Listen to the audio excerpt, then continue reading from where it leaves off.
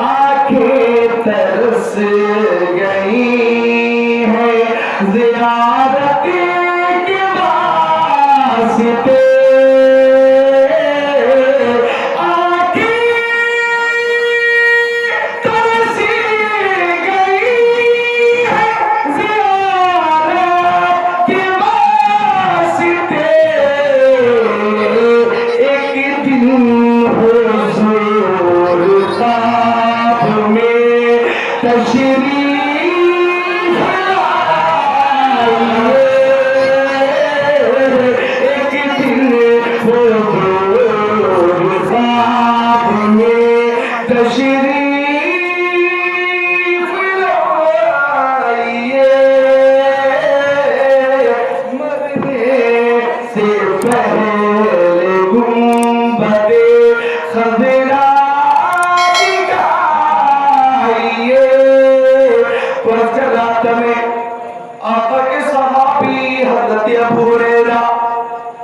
फरमाते कि जब आदमी मर जाता है तो मरने के बाद उससे उसके आमाल मुनक़ता हो जाते, लेकिन तीन वो काम है कि मरने के बाद भी सवाब का सिलसिला जारी रहता।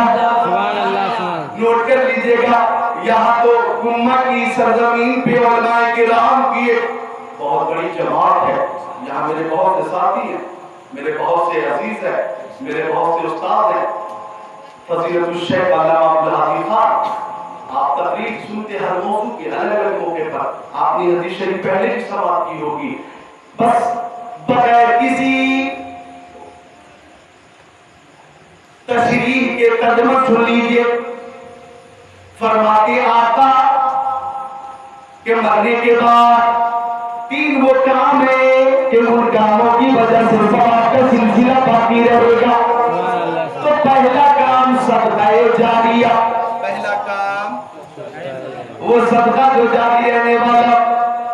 हज़रत मौलाना नासिर साहब किबला ने जैसा कि फरमाया कि बच्ची की शादी के बाद सिगरेटी साहब किबला जबकि बहुत थके हुए थे, हालत चूंकि मेहमानों की ज़ियाफत, बाराती का इंतजाम, बाराती की आमद, बाराती की रुखसती, बच्ची की रुखसती, एक बात टूट जाता जी, बहुत ज्यादा थक जाता और बहुत वो मगमूम होता क्योंकि बेटी को रुखसत उसने किया। ऐसी पोजीशन में भी, ऐसी सूरत में भी उन्होंने अपने आप को संभाल के रखा और दूसरे ही दिन अपना काम ना किया बल्कि मदरसा नूरुल उलूम का काम किया।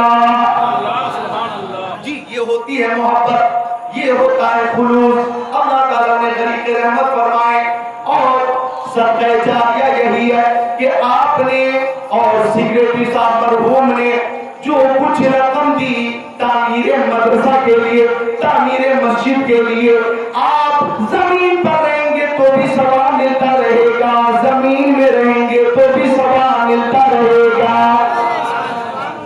तो इस खिदमत की वजह से उन्हें आज भी सवाब मिल रहा है और इंशाअल्लाह क़यामत सवाब मिलता रहेगा। दूसरी चीज इल्म नाफ़े, वो इल्म जिससे लोगों को फायदा पहुंचाओ। उलमाए सुन्नत की नूरानी जमात है, हज़रत क़ारी नसीम साहब किबला के भी बहुत सारे शागिर्द हैं। आप तशरीफ फरमाए, उस्तादुल उलमा तशरीफ फरमाए, आपके बहुत से उस्ताद शागिर्द हैं और इधर जो बहुत सारे नौजवान उलमा ये भी माशाअल्लाह दर्स व तदरीस की खिदमत अंजाम दे रहे हैं, इनके भी शागिर्द होंगे। तो ये इल्म नाफ़े की वजह से, अपने शागिर्दों की वजह से इंतकाल के बाद भी सवाब पाते रहेंगे, इन्हें मिलता रहेगा। और तीसरी चीज होती है नेक औलाद। क्या? नेक औलाद। तो नेक औलाद की वजह से भी सवाब का सिलसिला जारी रहेगा।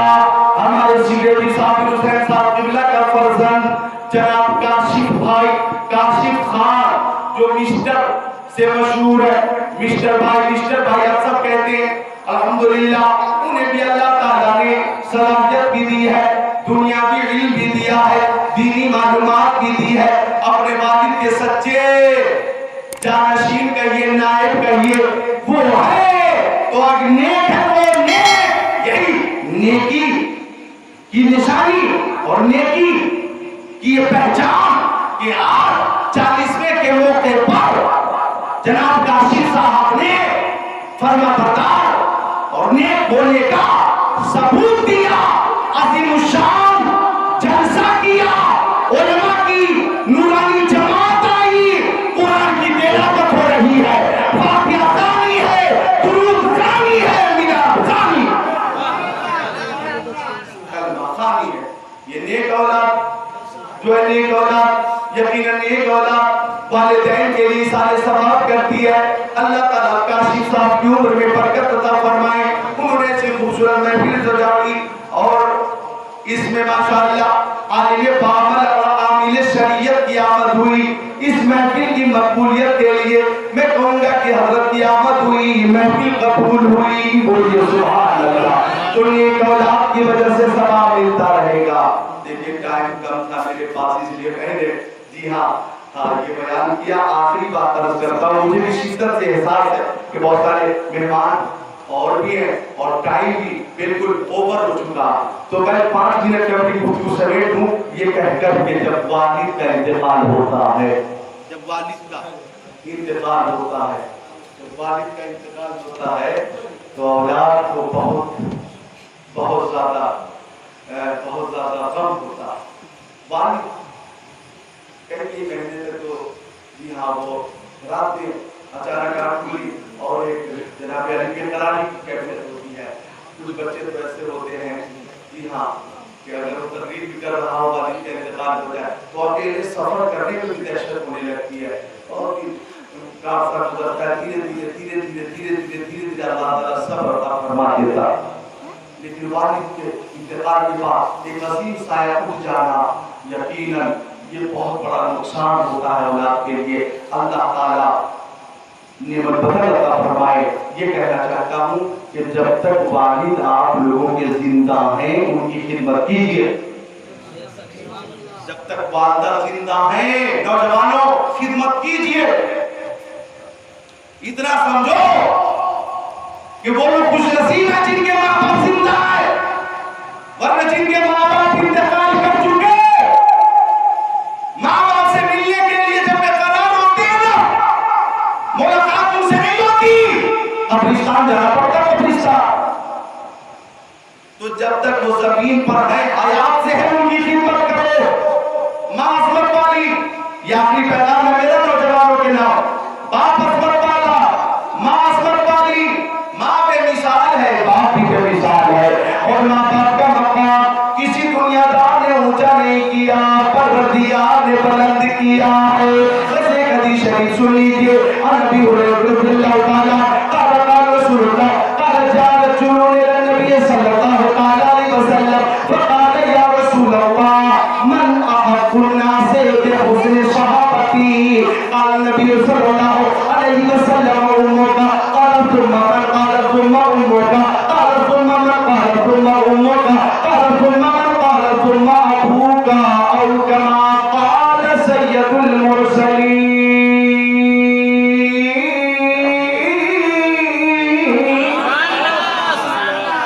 मेरे नबी की बारगाह में एक सहाबी आ गए और सहाबी ने कहा ये बताइए कि इस पूरी कायनात में सबसे ज्यादा हुस्न सुलूक का मुस्तहिक कौन है? कौन है? सवाल है मन अहब्बुन नास, लोगों में सबसे ज्यादा खिदमत का मुस्तहिक कौन है? मैं किसकी सबसे ज्यादा खिदमत करूं? वह किसका सबसे ज्यादा ख्याल रखूं? आका आप अपनी ज़बान नुबुव्वत से इरशाद फरमाइए कि वो कौन सी जात है। कोई सवाल करे आका बताइए वो कौन है? बाप है, माँ है, कौन है? दादा है, दादी है, कौन है? नाना है, नानी है, कौन है? मामू है, मामी है, कौन है? चचा है, चची है, कौन है? फूफा है, फूफू है, खाला है, खालू है, कौन है?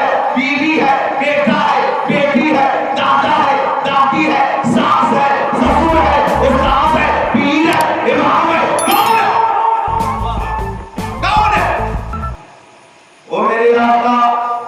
सबसे ज्यादा खिदमत का मुस्तहिक कौन है? तो मेरे नबी ने फरमाया इस कायनात में सबसे ज्यादा खिदमत की मुस्तहिक तुम्हारी माँ। माँ के नाम पे थोड़ा जोर से बोल दीजिए सुभान अल्लाह। माशाअल्लाह, तुम्हारी माँ। एक शेर मेरा अपना है जो पेश करता हूँ, मेरा अपना। माँ की खिदमत करो मेरे भाई, उनकी खिदमत से रहमत मिलेगी। माँ की खिदमत करो मेरे भाई, उनकी खिदमत से रहमत मिलेगी। हक तो ये है कि खिदमत से उनकी तुमको मौला की जन्नत मिलेगी।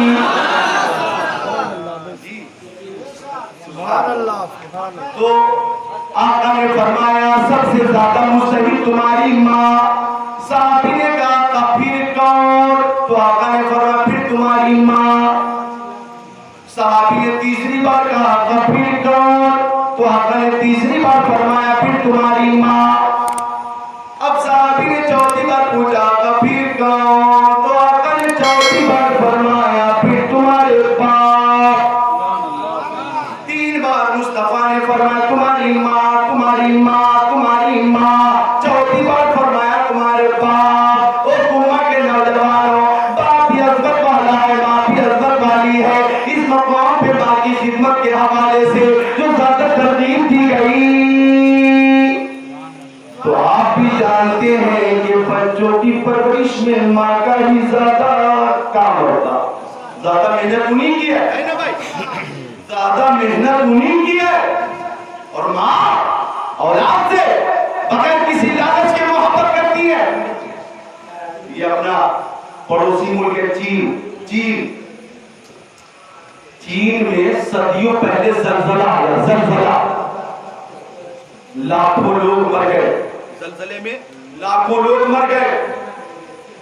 कई दिन के बाद जब मलबा हटाया जाने लगा, मलबा हटाया जाने लगा, तो एक बच्चा बेहोश मिला, उसकी मां बेहोश मिली। डॉक्टर ने इलाज शुरू किया, औरत को होश आ गया, औरत को होश आया। कई दिनों के बाद निकली थी। अब होश आया तो डॉक्टरों ने देखा उस औरत की उंगली कटी, ये भी कटी, ये भी कटी, ये भी कटी, ये भी कटी। उंगली का कटारा सीधा जख्मी है, जख्मी उंगली कटी हुई है। डॉक्टरों ने कहा खातून ये उंगली जख्मी कैसे हो गई? कहने लगी मेरा बेटा दूध के लिए रोता था, मैं दूध पिला देती थी। कई दिन हो गए मेरे सीने में दूध भी न रहा और मेरा बेटा दूध के लिए रोता था। मैं अंदर थी, कई टन मलबों के अंदर थी। एक छत मेरे ऊपर यूं आकर मुअल्लक थी और मैं कोने में बच्चे के साथ छुप गई थी।